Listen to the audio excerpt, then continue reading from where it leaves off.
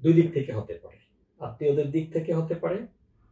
যদি হয় স্ত্রীর অনুকূলে যদি হেবা করে থাকেন, তারপরে যদি বিবাহ বিচ্ছেদ ঘটে, এই ক্ষেত্রে স্বামী কিন্তু হেবা প্রত্যাহার করতে পারবেন না। কেননা হেবা করা হয়েছে দাম্পত্য সম্পর্ক অটুট থাকা অবস্থা। প্রিয় দর্শক, কেমন আছেন আপনারা? আশা করি ভালো আছেন। আমি Farhaduddin Ahmed, advocate, Bangladesh supreme court. স্বাগত জানাচ্ছি আপনাদেরকে আজকের আলোচনায়। আশা করি সাথেই থাকবেন। আজকের আলোচনা অত্যন্ত গুরুত্বপূর্ণ বিষয় আপনাদের সাথে আলোচনা করব। হেবা বা দান সম্পর্কিত ধারাবাহিক যে পর্বগুলো নিয়ে আলোচনা করছিলাম, এর পঞ্চম পর্বে আপনাদেরকে স্বাগত জানাচ্ছি। আশা করি প্রত্যেকের সাথেই থাকবেন।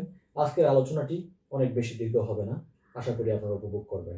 প্রিয় দর্শক, চলুন তাহলে শুরু করা যাক আজকের আলোচনা। কোন কোন ক্ষেত্রে আসলে হেবা প্রত্যাহার করা নিষিদ্ধ, সেই বিষয়ে আজকে সংক্ষেপে আলোকপাত করব। পাশাপাশি অন্য আরো বিষয় যেগুলো আছে সেগুলো নিয়ে আলোচনা করব।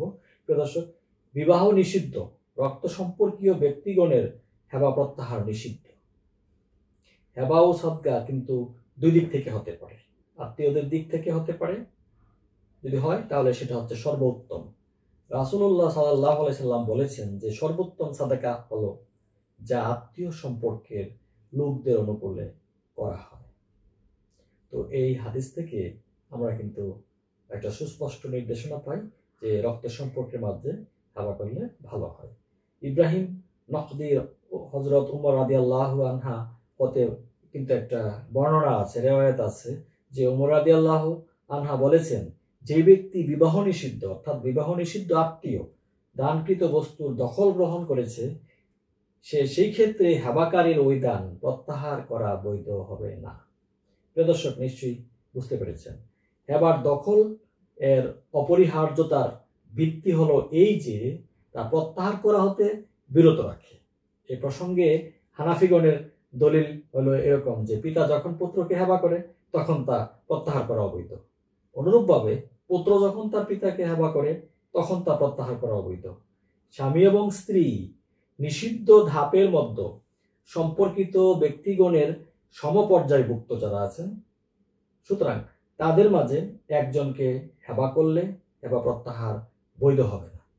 কেননা বিবাহ সম্পর্কে স্বামী স্ত্রীকে অতি নিকট সম্পর্কে আবদ্ধ করেছে। প্রিয় দর্শক, আশা করি বুঝতে পারছেন, আপনাদের ধৈর্যচ্যুতি ঘটবে না।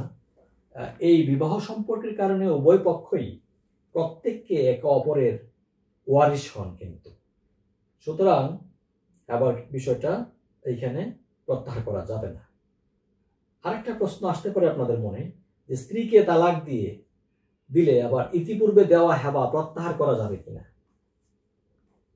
এটা অনেকেই প্রশ্ন করে থাকেন। কিন্তু স্বামী স্ত্রীর অনুকূলে যদি হেবা করে থাকেন, তারপরে যদি বিবাহ বিচ্ছেদ ঘটে, এই ক্ষেত্রে স্বামী কিন্তু হেবা প্রত্যাহার করতে পারবেন না। কেননা হেবা করা হয়েছে দাম্পত্য সম্পর্ক অটুট থাকা অবস্থায়। তখন হেবার দ্বারা স্বামীর যে বিনিময় প্রাপ্তির উদ্দেশ্য থাকতে পারে না। অতএব স্ত্রীকে করা হেবা স্বামী প্রত্যাহার করতে পারে না, এবং স্বামীকে করা হেবাও স্ত্রী অনুরূপভাবেই প্রত্যাহার করতে পারে না। প্রিয় দর্শক, স্ত্রী কর্তৃক যদি স্বামীকে হেবা প্রত্যাহার করা যাবে কিনা এটা প্রশ্ন আসতে পারে না? সেটাও তো আসতে পারে, যেটা বলে দিয়েছে সংক্ষেপেই যে করা যাবে না। তবে এখানে আমরা হযরত আলী রাদিয়াল্লাহু আনহু হতে বর্ণিত একটা হাদিস রয়েছে।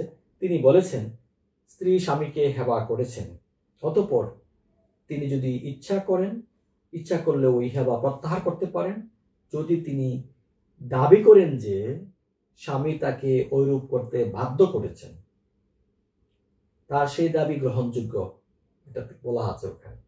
এই হাদিসে এর দলিল রয়েছে এরকম ভাবে যে যাকে বাধ্য করা হয়েছে তার হেবা বৈধ নয়। বাধ্য করে কখনো হেবা নেওয়া যায় না, দেওয়া যায় না। হেবার শর্ত হচ্ছে তা সম্পূর্ণ স্বপ্রণোদিত এবং স্বেচ্ছায় সম্পাদিত হতে হবে। প্রিয় দর্শক, হানাফি আইন যারা বিশারদগণ আছেন, এই সিদ্ধান্তে কিন্তু ইমাম শারখাসি তার বিখ্যাত আল মাবসুত গ্রন্থ আছে একটা, সেটার মিশরের 1314 হিজরিতে সম্ভবত 12 খণ্ডের পৃষ্ঠা 52 থেকে 54 হাদিসের দলিল সমূহ কিন্তু বিশদ আলোচনা সহ এখানে উদ্ধৃত করেছেন। প্রিয় দর্শক, এখানে এটা সুস্পষ্ট যে স্বামী স্ত্রীর মধ্যকৃত হেবা প্রত্যাহার করা যাবে না। হেবা রদের ক্ষমতা সংরক্ষণ করা হবে কিভাবে? 1882 সালের যে সম্পত্তি হস্তান্তর আইন আছে, সেই আইনের আমরা জানি 126 ধারা অনুযায়ী যেখানে দাতা দান রদের ক্ষমতা রেখেছে সেখানে দানটি সম্পূর্ণ হবে না। মাননীয় বিচারপতি ভিয়ামেনের মতে দানের বিষয়বস্তুর উপর যাবতীয় নিয়ন্ত্রণ কিন্তু পরিত্যাগ না করা হলে বা রদ করার ক্ষমতা যদি সংরক্ষণের করা হয়, এর ফলে দান বা হেবা বৈধ হবে না। প্রিয় দর্শক, হেবা কিভাবে রদ করতে হবে এই বিষয়টা তো আপনাদের মনে প্রশ্ন জাগতে পারে। তাহলে সেক্ষেত্রে আদালতের ডিক্রির মাধ্যমে কিন্তু হেবা রদ করা যায়, বাতিল করা যায়। হেবাকৃত সম্পত্তির দখল অর্পিত হওয়ার পর বা অর্পণ করার পর আদালতের ডিক্রির মাধ্যমে ব্যতীত কিন্তু কোনোভাবে তা রদ করা বা বাতিল করা যাবে না।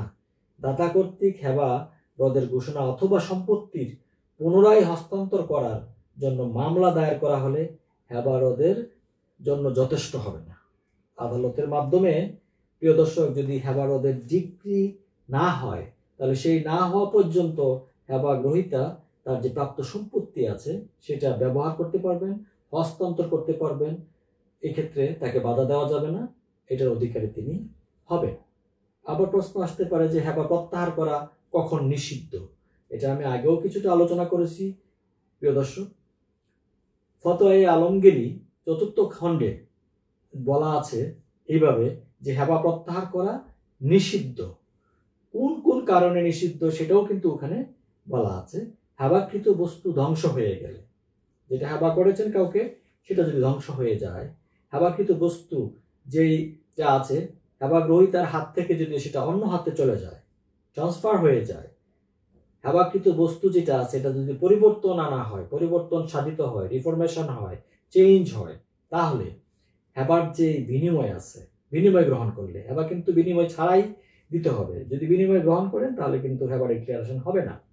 হেবাকারী এবং হেবা গ্রহীতা যারা আছেন ওনার স্বামী স্ত্রী যদি হয় তাহলে, হেবা গ্রহীতা যদি মৃত্যুবরণ করে তাহলে ওইটা আর রদ করা যাবে না।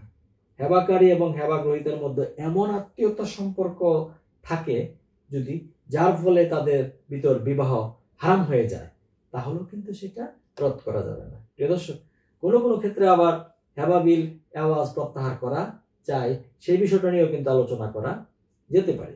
হেবা বিল আওয়াজ আর হেবা ডিক্লারেশন একটু ভিন্ন জিনিস। হেবা বিল আওয়াজ বিনিময় প্রদান না করা পর্যন্ত প্রত্যাহার করা যায়, এটা বিনিময়ের মাধ্যমে হয়, আর ওটা হচ্ছে বিনিময় ছাড়া, উল্টা বিষয়। কিন্তু আওয়াজ বা বিনিময় প্রদান করা যদি না হয় তাহলে কিন্তু সেটা প্রত্যাহার করা, প্রদান করা যদি হয় তাহলে প্রত্যাহার করা যাবে না। তবে কিছু কিছু কারণে আবার তা প্রত্যাহারযোগ্য হতে পারে। এবার এক অংশের আওয়াজ প্রাপ্ত হলে কিন্তু অপর অংশ প্রত্যাহার করা যায়। দুইজনকে আবার করা হলে একজন যদি আওয়াজ প্রদান করলো, অপরজনে আওয়াজ প্রদান করলো না, তাহলে প্রত্যাহার করা যেতে পারে। যদি গ্রহীতার পক্ষে কেউ আওয়াজ প্রদান করে বা এটার কোনো বিনিময় প্রদান করে, গ্রহীতা যদি ওই আওয়াজ দাতার সাথে ওই আওয়াজ পরিশোধ করার জন্য কোনো প্রকার চুক্তিবদ্ধ না হয় তাহলে কিন্তু হেবাদাতা ওই হেবা প্রত্যাহার করতে পারেন। হেবা বিলে আওয়াজ প্রত্যাহার করা সম্পর্কিত যে বিষয়টা বললাম এটা নিশ্চয়ই আপনাদের বুঝে আসছে এবং আশা করি বুঝতে পেরেছেন।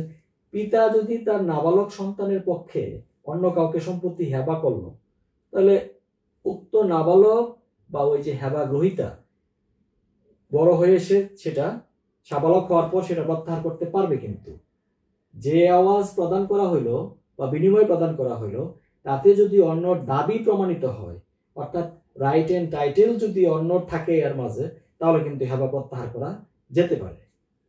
প্রিয় দর্শক, তো যেটা বলতেছিলাম আর কি, আজকে আলোচনাটি হয়তো একটু দীর্ঘ হয়ে গিয়েছে কিন্তু একটু তথ্যপূর্ণ আমি মনে করি সবার কাজে লাগবে। তো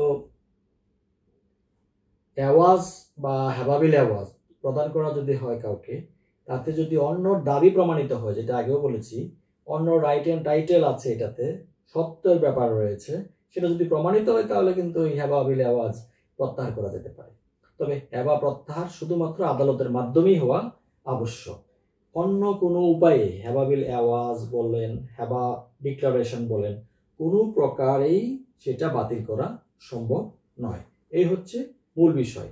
আজকে এই পর্বে আমরা যে এই বিষয়গুলো নিয়ে আলোচনা করেছি, এই সংক্রান্ত বিষয় যদি আপনাদের আরো ক্লারিফিকেশনের প্রয়োজন হয়, আরো যদি আপনাদের বিশদভাবে যদি এটার ব্যাখ্যা জানার প্রয়োজন হয় বা কোনো রকম যদি কোয়েশ্চেন থাকে, আপনারা কমেন্টসও করতে পারেন।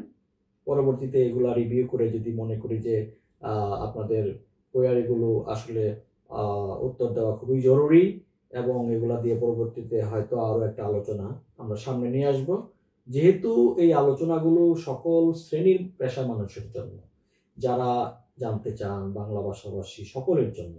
তো সেই ক্ষেত্রে এটাকে যত সহজবোধ্য করা যায়, যত সহজ করা যায় ততই ভালো, সকলের জন্য সহজবোধ্য হবে, সেইভাবেই আমি আলোচনা করার চেষ্টা করছি। তো পরবর্তী যে কোনো আলোচনায় আপনাদের সাথে আবার দেখা হবে ইনশাআল্লাহ।